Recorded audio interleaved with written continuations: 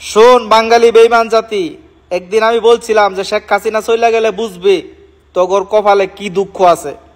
আজকে তোরা বন্যায় ভাসতাছস, কেউ তোদেরকে উদ্ধার করে না, কেউ তোদেরকে একটা স্যালাইনও দেয় না। তোরা যে বেঈমান জাতি, আমি বলছিলাম শেখ হাসিনা একদিন চইলা গেলে বুঝবে কি হারাইছস। ব্যারিস্টার সুমন সিলেটে যখন বন্যা হয় দেশ বিদেশ থেকে ভিক্ষা করে টাকা নিয়ে সিলেটের মানুষকে বাঁচাইছে, খাওয়াইছে।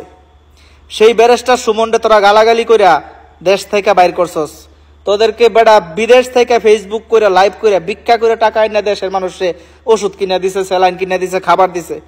ফারাজ করিম চৌধুরী মানুষকে সহযোগিতা করছে, ফেসবুকে লাইভ কইরা মানুষের কাছ থেকে ভিক্ষা করে টাকা এনে বন্যা যারা বন্যায় ক্ষতিগ্রস্ত হয়েছিল তাদের পাশে দাঁড়াইছিল।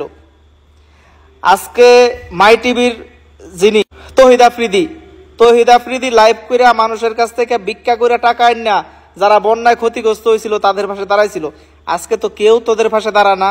তোদের ছাত্র সমাজ কই, তোদের ইউনুস বাবা কই, কেউ তোদেরকে দেখবো না। তোরা বেঈমান, তোরা বাঙালি জাতিই বেঈমান। এই জন্যই তোদের কপালে দুঃখ নামে আসছে। তোরা ভবিষ্যতে আরো দুঃখ তোদের কপালে নামে আইব। তোরা ভিক্ষা করে খাইবি, সেটার জন্য অপেক্ষা কর। তোর কপালে অনেক দুঃখ আছে।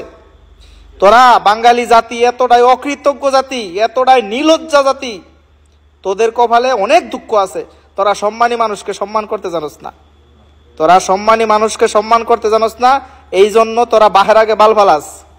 তোরা কোঠা সংস্কার চাই আন্দোলন করছস, সেইটার যুক্তিক সংস্কার সরকার করছে, তারপরেও তোরা সরকারকে বেইজ্জতি করে দেশ থেকে বাইর করছস।